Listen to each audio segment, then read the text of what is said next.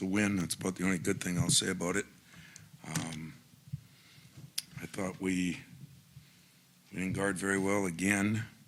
Although the second half, even though they shot 50%, I thought we guarded a lot better. And this goes to show you how much analytics mean nothing. Jeremy is our leader. He's got unbelievable stats. 4 for 10, not great. 6 for 6 on the line. 5 rebounds, 14 points, 10 assists, 1 turnover, 5 steals. Those are unbelievable stats. In the first half, he didn't lead our team to nothing. And he knows it. And the second half, he did, and that was the big difference. But our best player's got to play well. He played pretty well. Jackson's stats are pretty good, but we didn't think he guarded very well. Cooper. So I am calling guys out because seniors should be able to guard somebody. And that was disappointing. On a positive note, Jeremy's was positive. Cohen came back in and a little bit of foul trouble and played with some energy.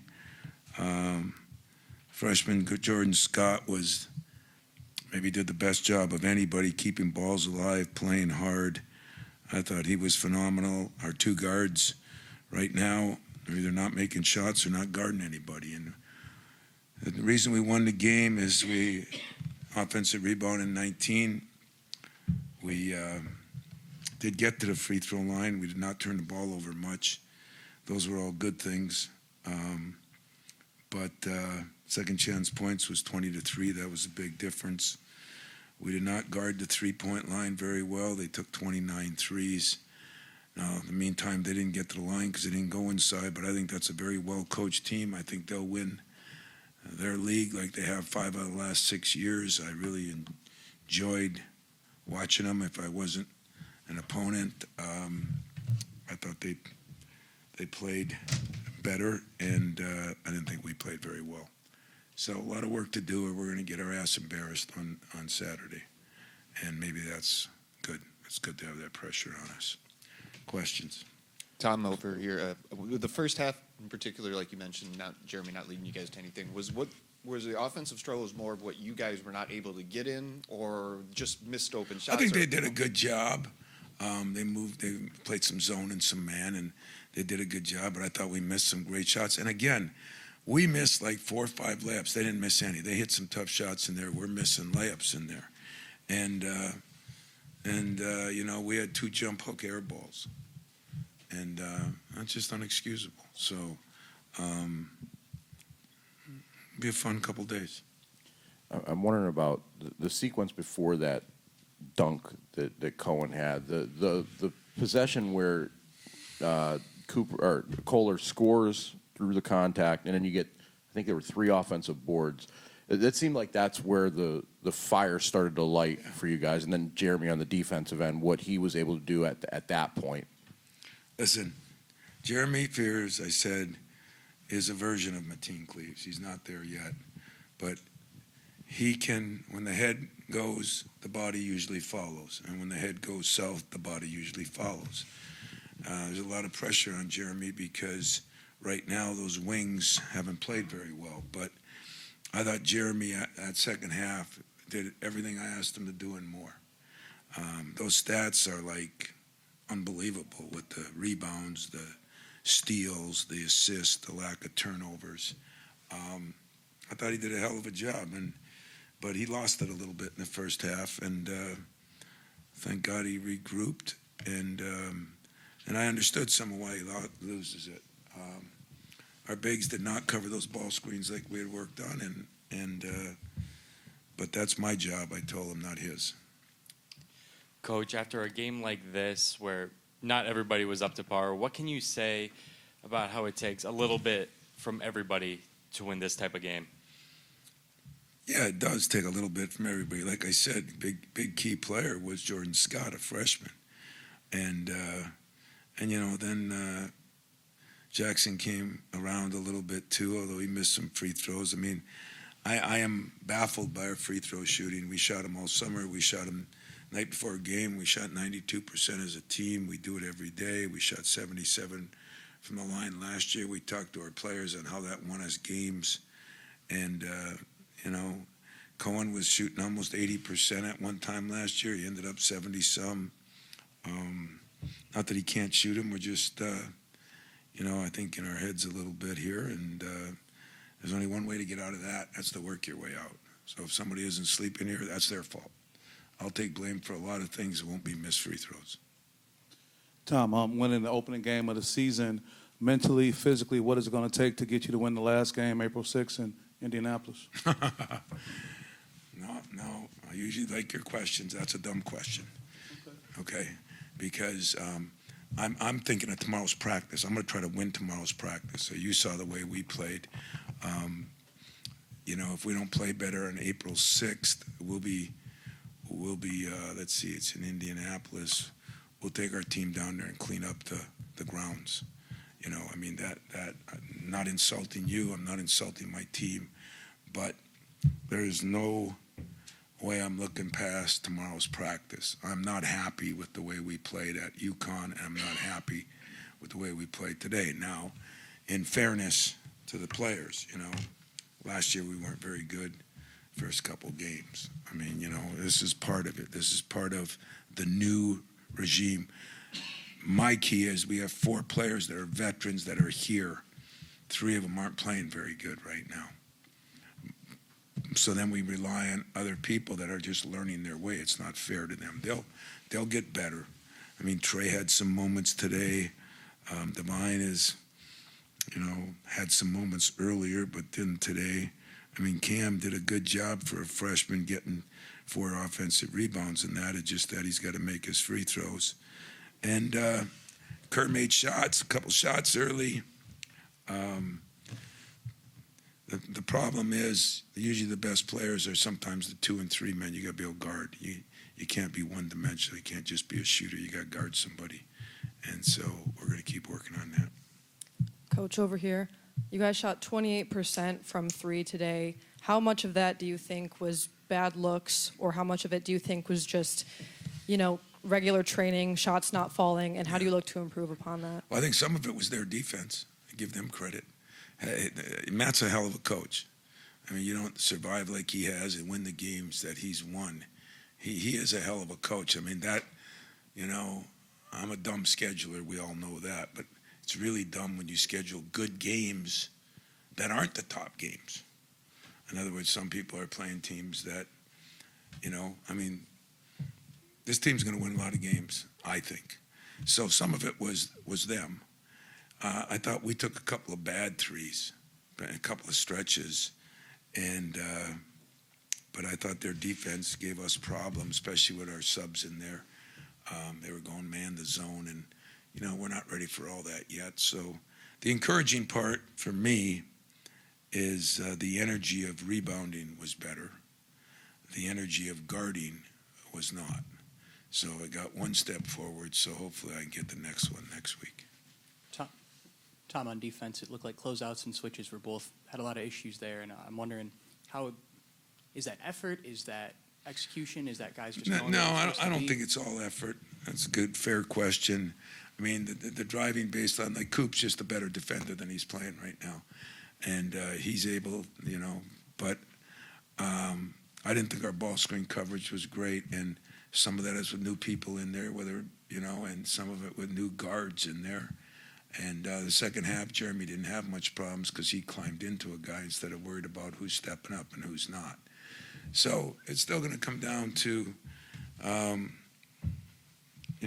if you interview Jeremy, it'd be good to ask him, what was the difference in the first half and second half? I think he'll give you an honest answer. And I'm not putting it all on him, but he is one of my best players. He's got to play the best. And as I said, when the head dies, the body follows. And so when he wasn't sharp out there early, guys did not cover ball screens right. So it looked like he was getting beat. He was doing some of the right things, but he didn't do all the things right. Are there still Are there still positives you can take away from getting to the line 37 times? Yeah, in both games. I mean, we did 44, 45 against UConn. That is a positive. Thank you.